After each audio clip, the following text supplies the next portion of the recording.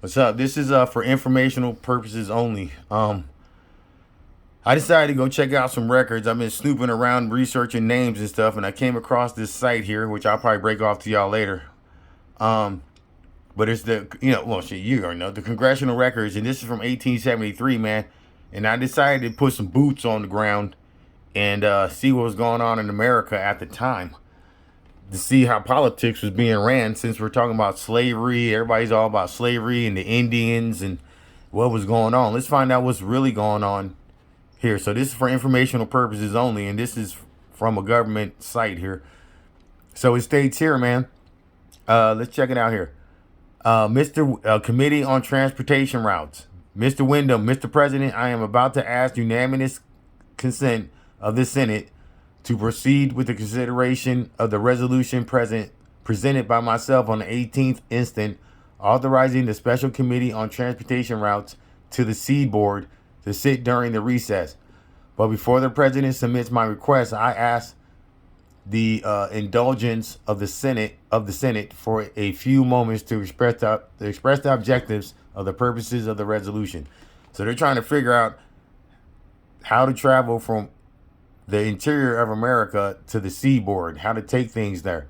So it says here, Mr. Wyndham, I do not propose to weary the Senate on the subject, but to state very briefly the objects of this resolution. It is an admitted fact that the present facilities for the interchange of products and commodities between the interior and the seaboard are totally inadequate. So they couldn't bring commodities and the resources that America provides from the interior of the country to the seaboard. So in 1873, March 26th, they're having a discussion about how do we get this stuff to the ocean so we can ship it out, right? So it goes on to say, bitter complaints of extortion and oppression are controlled by powerful monopolies who dictate their own terms to the people. Let me read that. Bitter complaints of extortion and oppression in America. Bitter complaints of extortion and oppression come to us from all parts of the country. The channels of commerce are controlled by powerful monopolies who dictate their own terms to the people. The burdens they impose upon both consumer and producer are too grievous to be long endured. Do you hear that? They imposed upon both consumer and producer. How were the black people in the South? Why did they go broke? How did they go broke? How did it go from prosperous farmers to, sharecroppers and paupers? The burden imposed on both consumer and producers are too grievous to be endured. Why? Because there were bitter complaints of extortion and oppression, selling that cottonseed, and that one guy who was lynched because he wanted more for his cottonseed back in the day. Bitter complaints of extortion and oppression, I can't remember his name, come from us from all parts of the country. The channels of commerce are controlled by powerful monopolies who dictate their own terms to the people. The burdens they impose upon both consumer and producers are too grievous to be long endured. While millions of bushels of corn and wheat are rotting in the fields of the West, thousands of people at the East are suffering for want of cheap bread. Are we not suffering now for the want of cheap bread today? 1873. While Great Britain imports annually 150 million bushels of wheat for consumption, we, with a surplus of nearly 200 million bushels without a market, are able to contribute only about 10%. Why? Did you hear that? While Great Britain imports annually 150 million bushels of wheat for consumption, we, with a surplus of nearly 200 million bushels without a market, are able to contribute only about 10%. So 300 million bushels of wheat grown in America They sent England, Great Britain, 150 million bushels of wheat, but people, and we have a surplus. We had a surplus of 200 million bushels of wheat, but people are wanting for cheap bread. Just like today, we have oil. What was Donald Trump saying? We're gonna ship it to oil. We're gonna make billions of dollars, but the country ain't keeping the money. It's going to the corporations. Why? Simply because of the exorbitant charges for inland transportation. Just like today, ain't it? COVID, transportation, do something in the ocean, they're raising the prices simply because of the exorbitant charges for inland transportation. The balance of trade against the country is over $60 million per annum. The balance of trade against this country is over $60 million per annum, which must be paid in gold. Simply because the balance of trade against this country is over $60 million. The balance of trade against this country is over $60 million, 1873 per annum, which must be paid in gold, not paper dollars, gold.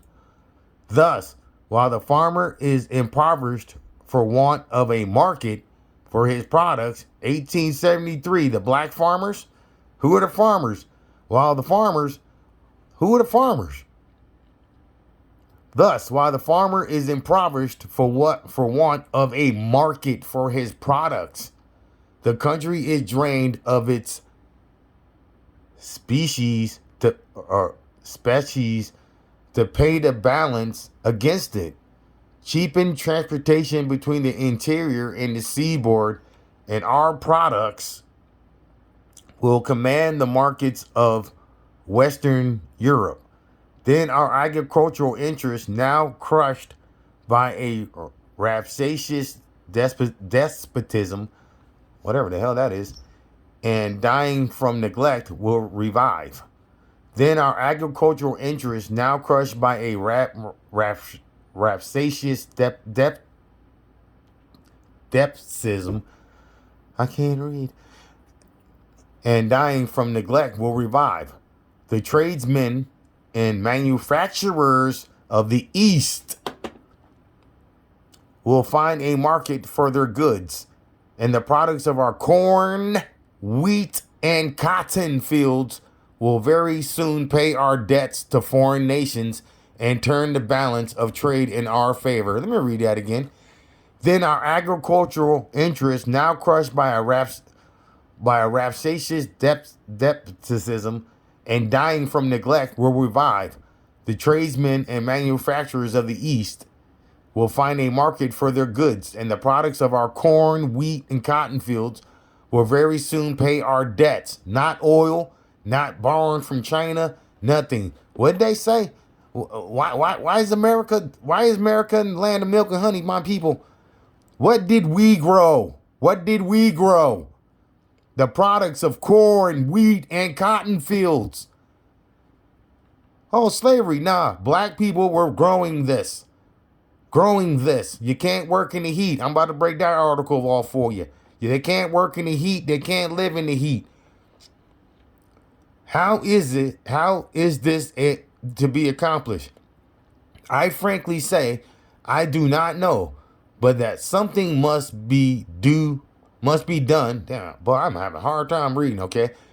But that something must be done does not admit of a doubt.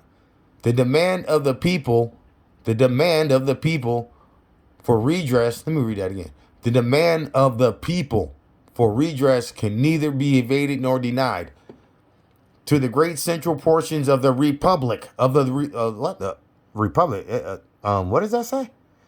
To the great central portions of the republic. Ain't that the Midwest? What does that say? 1873. What? Let me focus in there. Oh, that'll mess up the place. It says to the great central portions of the republic, not democracy.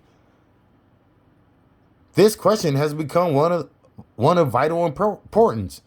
How can we sell our wheat, corn, and cotton fields to the world?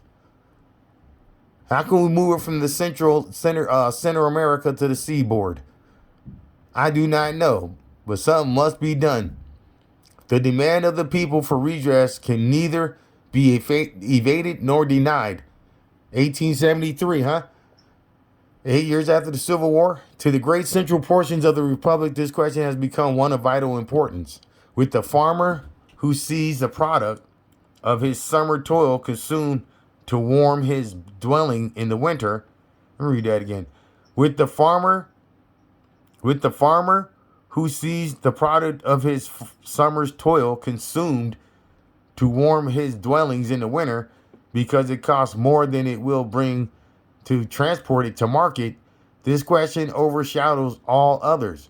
Party lines and party platforms sink into utter insignificance in the face of questions involving the right to live. Congress will be compelled at an early day to act on this subject. Already, state legislatures representing 1/3 of the population of the country have memorialized Congress to provide some remedy. Boards of trade and city councils in nearly all the cities of the West. Let me read that again. Let me read that to you again. 1873. What's going on here? Congress will compel at an early day to act on this subject. Already, state legislatures representing 1/3 of the population of the country have memorialized Congress to provide some remedy. Boards of trade and city councils of nearly all cities of the West. How far west we talking? In many of the leading cities of the East have petitioned for redress. The President of the United States, with that foresight, statesmanship, and great practical good sense which distinguishes him, has in two messages recommended the investigation of the subject and urged it upon the attention of the Congress. The people are everywhere discussing it, and in many localities are organizing themselves for self-protection and for the assertion of their rights. Did you know that there was a problem with us selling our products, moving the corn, our products, our resources from the center of America to the seaboard? Did you know that? I didn't.